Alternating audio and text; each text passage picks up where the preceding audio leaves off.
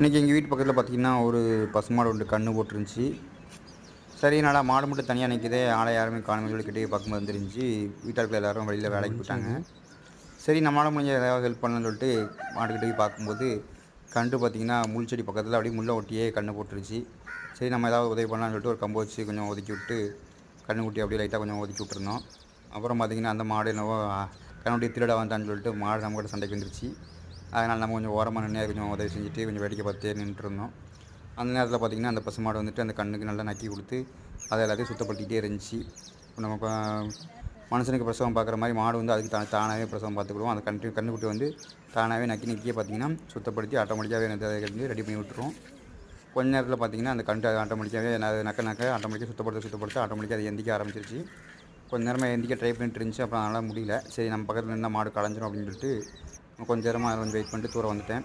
அப்புறம் கொஞ்சம் நேரம் கழித்து வெயிட் பண்ணி பார்க்கும்போது பார்த்திங்கன்னா இந்த கன்று ஆட்டோமேட்டிக்காக தானாகவே வெந்துருச்சு. அதனோட மாட்டோட மடியில் போய் பால் குடிக்க ஆரம்பிச்சிச்சு. உண்மையாகவே இந்த சம்பவத்தை பார்க்கும்போது ரொம்ப ஹாப்பியாக இருந்துச்சு.